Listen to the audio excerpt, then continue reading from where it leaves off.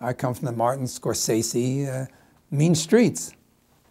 I grew up in two neighborhoods in Philadelphia, South Philadelphia and West Philadelphia.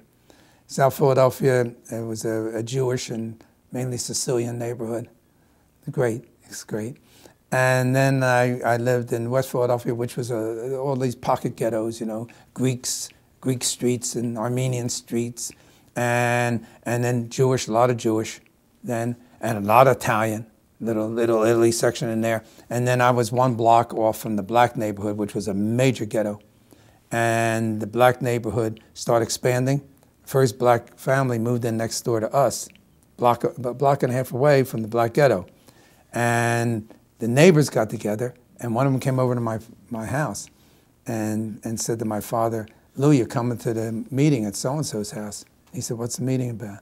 They said, "Well, we're getting together to figure out what to do to stop the family from moving in next door to you." And he said to her, "Remember you told me a story, you told us a story when you were going to give birth to your son, David? What happened to you?" And she said, "What do you mean?" "Oh, you mean when they shot the rifle bullets through the bedroom window down here?" He said, "Yeah." He said, "That's because you were Jewish." He said, "We're the last people in the world who should have a prejudice and a bigotry.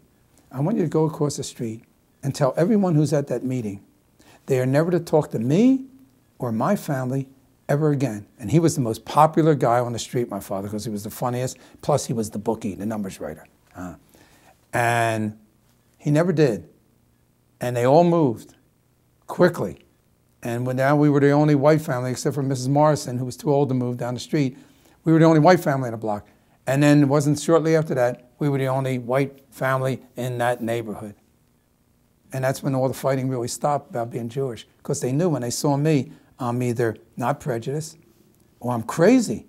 Now, I happen to be both. I had it made.